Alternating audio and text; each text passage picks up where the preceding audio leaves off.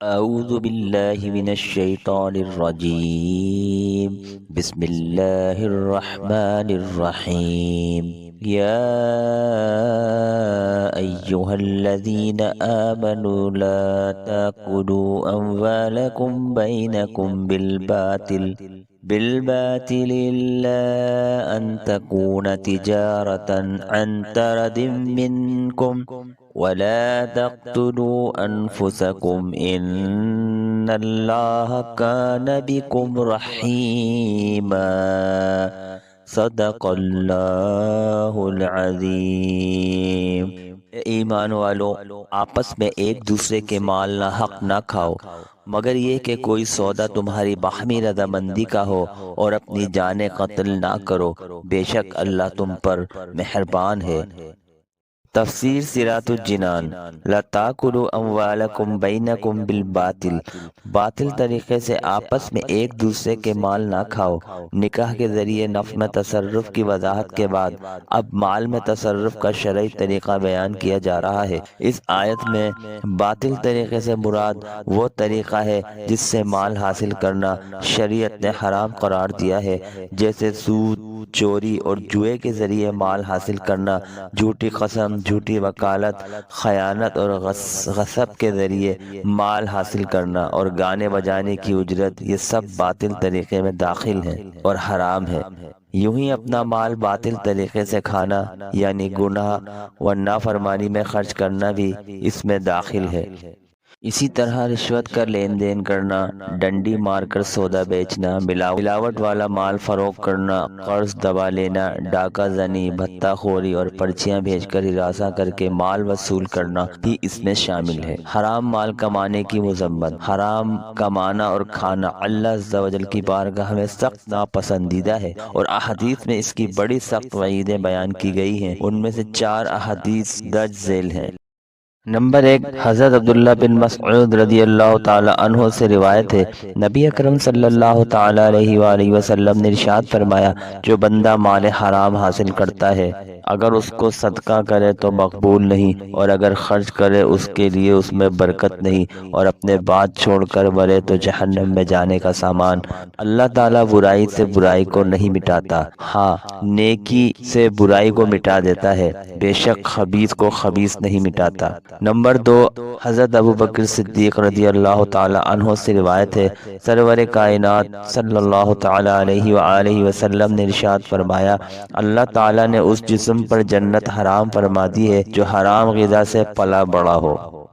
سعد رضی اللہ تعالی عنہ سے ارشاد فرمایا، اے سعد، اپنی غذا پاک کر لو، مستجاب الدعوات ہو جاؤ گے۔ اس ذات پاک کی قسم جس کے قبضے قدرت میں محمد صلی اللہ تعالی علیہ وآلہ وسلم کی جان ہے، بندہ حرام کا لقمہ اپنے پیٹ میں ڈالتا ہے تو اس کے 40 دن کے عمل قبول نہیں ہوتے، اور جس بندے کا گوشت حرام سے پلا بڑا ہو اس کے لیے آگ زیادہ بہتر ہے۔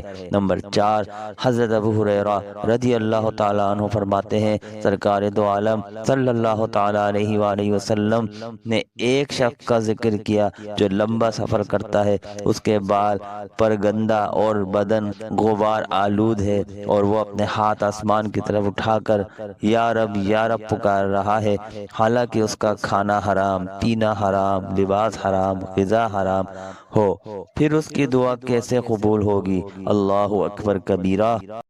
إلا أن تكون تجارة عن ترد منکم، مگر یہ کہ تمہاری باہمی رضامندی سے تجارت ہو، یعنی باہمی رضامندی سے جو تجارت کرو وہ تمہارے لیے حلال ہے۔ باہمی رضامندی کی قید سے معلوم ہوا کہ خرید و فروخت کی وہ تمام صورتیں جن میں فریقین کی رضامندی نہ ہو درست نہیں، جیسے اکثر ضبط شدہ چیزوں کی نیلامی خریدنا کہ اس میں مالک راضی نہیں ہوتا، یوں ہی کسی کی دکان، مکان، زمین یا جائیداد پر جبری قبضہ کر لینا حرام ہے۔ یاد رہے کہ مال کا مالک بننے کے تجارت کے علاوہ اور بھی بہت سے جائز اسباب ہیں، جیسے تحفے کی صورت میں وصیت یا وراثت میں مال حاصل ہو تو یہ بھی جائز مال ہے۔ تجارت کا بطور خاص اس لیے ذکر کیا گیا ہے کہ یہ مالک بننے کی اختیاری صورت تجارت کے فضائل۔ احادیث میں تجارت کے بے شمار فضائل بیان کیے گئے ہیں، ان میں سے 4 احادیث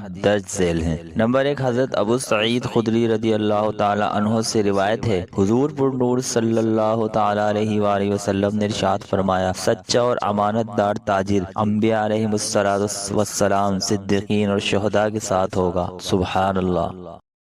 نمبر 2، حضرت معاذ بن جبل رضی اللہ تعالی عنہ سے روایت ہے، سرکار دو عالم صلی اللہ تعالی علیہ وآلہ وسلم نے ارشاد فرمایا، پاکیزہ کمائی ان تاجروں کی ہے جو گفتگو کے وقت جھوٹ نہیں بولتے، وعدہ کریں تو خلاف ورزی نہیں کرتے، جب ان کے پاس امانت رکھی جائے تو خیانت نہیں کرتے، جب کوئی چیز خریدیں تو اس کی برائی بیان نہیں کرتے، اور جب کچھ بیچیں تو اس کی تعریف نہیں کرتے، جب ان پر کسی کا آتا ہو تو دینے میں پس و پیش نہیں کرتے، اور جب انہوں نے کسی سے لینا ہو تو اس پر تنگی نہیں کرتے۔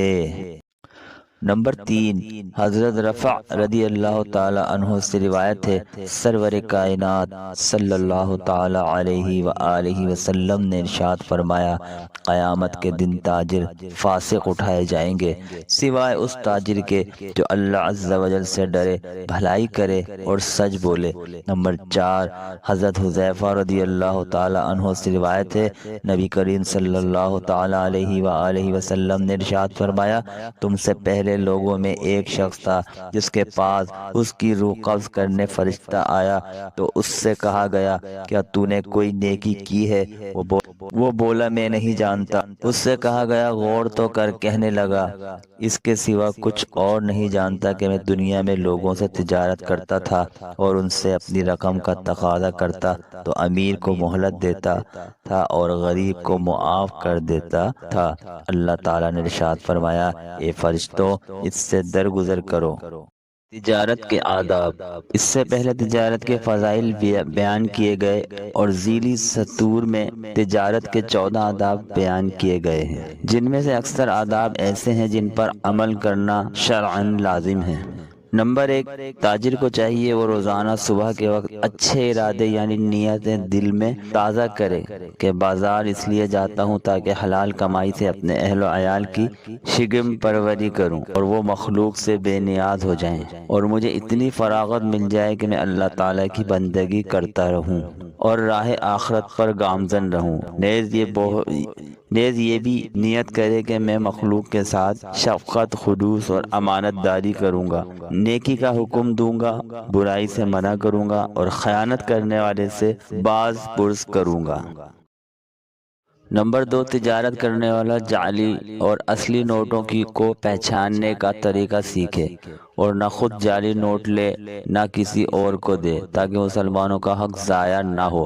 اگر کوئی جعلی نوٹ دے جائے اور دینے والے کا پتہ نہ چلے تو وہ کسی اور کو نہیں دینا چاہیے، اور اگر دینے والے کا پتہ چل جائے تو اسے بھی وہ جعلی نوٹ واپس نہیں دینا چاہیے بلکہ پھاڑ کے پھینک دے تاکہ وہ کسی اور کو دھوکہ نہ دے سکے۔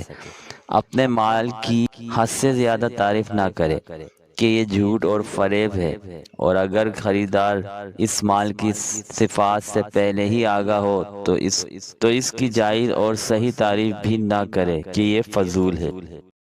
نمبر 5، عیب دار مال ہی نہ خریدے۔ اگر خریدے تو دل میں یہ عہد کرے کہ میں خریدار کو تمام عیب بتا دوں گا، اور اگر کسی نے مجھے دھوکہ دیا تو اس نقصان کو اپنی ذات تک محدود رکھوں گا، دوسروں پر نہ ڈالوں گا، کیونکہ جب یہ خود دھوکے باز پر لعنت کر رہا ہے تو اپنی ذات کو دوسروں کی لعنت میں شامل نہیں کرنا چاہیے۔ نمبر 6، اگر اپنے پاس موجود صحیح مال میں کوئی عیب پیدا ہو گیا تو اسے گاہک سے نہ چھپائے ورنہ ظالم اور گناہگار ہوگا۔ نمبر 7، وزن کرنے اور ناپنے میں فریب نہ کرے بلکہ پورا تولے اور پورا ناپے۔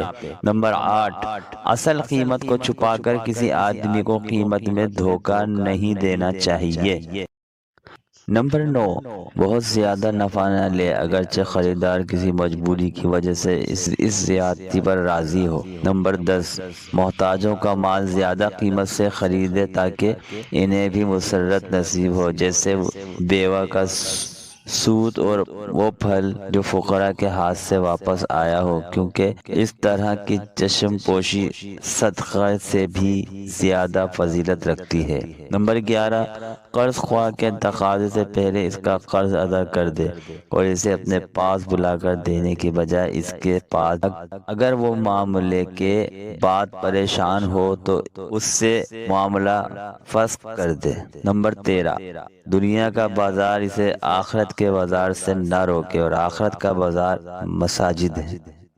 نمبر 14، بازار میں زیادہ دیر رہنے کی کوشش نہ کرے، مثلا سب سے پہلے جائے اور سب کے بعد آئے۔ وَلَا تَقْتُلُوا أَنفُسَكُمْ، اور اپنی جانوں کو قتل نہ کرو، یعنی ایسے کام کر کے جو دنیا و آخرت میں ہلاکت کا باعث ہو اپنی جانوں کو قتل نہ کرو۔ خود کو ہلاک کرنے کی صورتیں۔ خود کو ہلاک کرنے کی مختلف صورتیں ہیں، اور ان میں سے 4 صورتیں درج ذیل ہیں۔ مسلمانوں کا ایک دوسرے کو قتل کرنا خود کو ہلاک کرنا ہے، کیونکہ احادیث میں مسلمانوں کو ایک جسم کی مانند فرمایا گیا ہے، جیسا کہ حضرت نعمان بن بشیر رضی اللہ تعالی عنہ سے روایت ہے۔ نبی کریم صلی اللہ تعالی علیہ وآلہ وسلم نے ارشاد فرمایا، تم مسلمانوں کو دیکھو گے کہ وہ ایک دوسرے پر رحم کرنے، دوستی رکھنے اور شفقت کا مظاہرہ کرنے میں ایک جسم کی مانند ہوں گے۔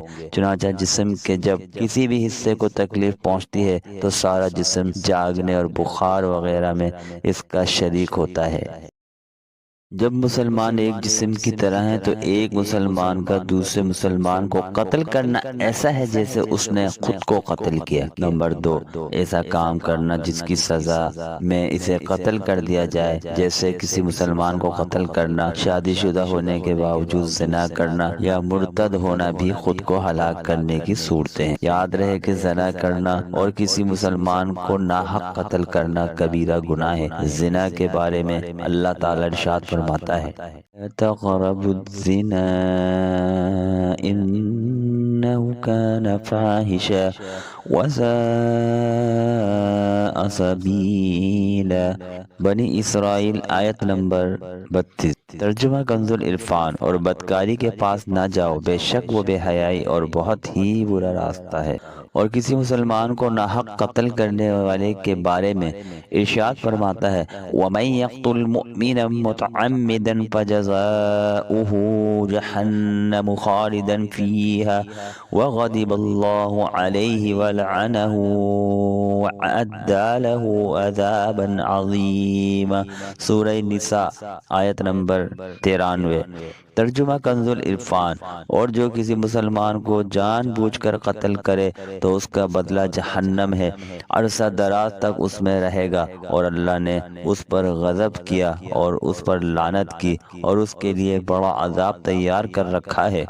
اور مرتد ہونے والوں کے بارے میں ارشاد فرماتا ہے، وَمَن يَرْتَدِدْ مِنْكُمْ عَنْ دِينِهِ فَيَمُتْ وَهُوَ كَافِرٌ فَأُولَئِكَ حَبِطَتْ أَعْمَالُهُمْ فِي الدُّنْيَا وَالْآخِرَةِ وَأُولَئِكَ أَصْحَابُ النَّارِ ہم فیہا خالدون۔ سورہ بقرہ آیت نمبر 217۔ ترجمہ کنز العرفان، اور تم میں جو کوئی اپنے دین سے مرتد ہو جائے پھر کافر ہی مر جائے تو ان لوگوں کے تمام اعمال دنیا و آخرت میں برباد ہو گئے، اور وہ دوزخ والے ہیں، وہ اس میں ہمیشہ رہیں گے۔ نمبر 3، خود کو ہلاک کرنے کی تیسری صورت خودکشی کرنا ہے۔ خودکشی بھی حرام ہے۔ حدیث شریف میں ہے، حضرت ابو ہریرہ رضی اللہ تعالی عنہ سے مروی ہے، سرکار دو عالم صلی اللہ تعالی علیہ وآلہ وسلم نے ارشاد فرمایا، جس نے اپنا گلا گھونٹا تو وہ جہنم کی آگ میں اپنا گلا گھونٹتا رہے گا، اور جس نے خود کو نیزہ مارا وہ جہنم کی آگ میں خود کو نیزہ مارتا رہے گا۔ انہی سے روایت ہے، سرکار عالی وقار صلی اللہ تعالی علیہ وآلہ وسلم نے ارشاد فرمایا، جو پہاڑ سے گر کر خودکشی کرے گا وہ نار دوزخ میں ہمیشہ گرتا رہے گا، اور جو شخص زہر کھا کر خودکشی کرے گا وہ جہنم کی آگ میں ہمیشہ زہر کھاتا رہے گا۔ جس نے لوہے کے ہتھیار سے خودکشی کی تو دوزخ کی آگ میں وہ ہتھیار اس کے ہاتھ میں ہوگا، اور وہ اس سے اپنے آپ کو ہمیشہ زخمی کرتا رہے گا۔ نمبر 4، ایسا کام کرنا جس کے نتیجے میں کام کرنے والا دنیا یا آخرت میں ہلاکت میں پڑ جائے، جیسے بھوک ہڑتال کرنا یا باطل طریقے سے مال کھانا وغیرہ۔ چنانچہ حضرت عمرو بن عاص رضی اللہ تعالی عنہ فرماتے ہیں کہ مجھے غزوہ ذات السلاسل کے وقت ایک سرد رات میں احتلام ہو گیا۔ مجھے غسل کرنے کی صورت میں سردی سے ہلاک ہونے کا خوف لاحق ہوا تو میں نے تیمم کر لیا اور اپنے ساتھیوں کے ساتھ فجر کی نماز پڑھ لی۔ انہوں نے نبی اکرم صلی اللہ تعالی علیہ وآلہ وسلم سے اس کا ذکر کیا تو آپ صلی اللہ تعالی علیہ وآلہ وسلم نے فرمایا، اے عمرو رضی اللہ تعالی عنہ، تم نے اپنے ساتھیوں کے ساتھ اس حال میں نماز پڑھ لی کہ تم جنبی تھے۔ میں نے غسل نہ کرنے کا عذر بیان کیا اور عرض کی، میں نے اللہ تعالیٰ کا یہ فرمان سنا ہے، وَلَا تَقْتُلُوا أَنفُسَكُمْ إِنَّ اللَّهَ كَانَ بِكُمْ رَحِيمًا۔ سورہ نساء آیت نمبر 29۔ ترجمہ کنز العرفان۔ اور اپنی جانوں کو قتل نہ کرو، بے شک اللہ تم پر مہربان ہے۔ یہ سن کر حضور اقدس صلی اللہ تعالی علیہ وآلہ وسلم مسکرا دیے اور کچھ نہ فرمایا۔